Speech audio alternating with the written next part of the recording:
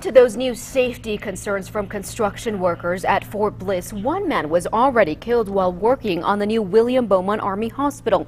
Now others worry for their own safety. It's a story you'll see only on ABC-7. It seems more dangerous. This construction worker didn't want his identity revealed, fearing he could lose his job for speaking out. He showed us these pictures, which he says show construction workers back at the Beaumont site working on the top of rebar, which is 6 feet from the floor, he says. And it's very hard to walk on that. It's an accident waiting to happen.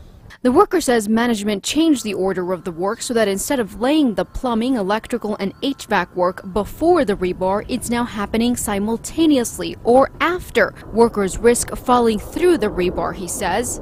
They need to stop and take another look at it. Schedules aren't more important than people. Oh, it's hazardous. Anything around rebar is hazardous. We spoke to the Iron Workers Union rep by phone because he was out of town.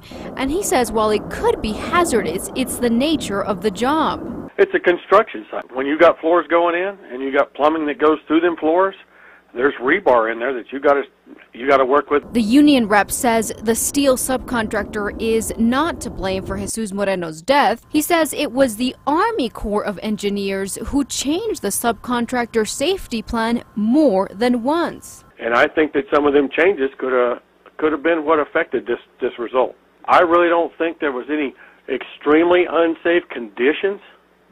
I think it was a fluke situation, and there were some things that could have been changed that could have probably prevented the accident.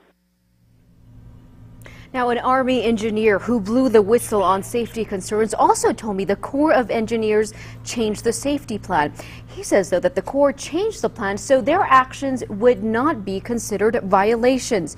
Neither the Army Corps of Engineers nor the contractor has yet responded to our request for comment today. Justice of the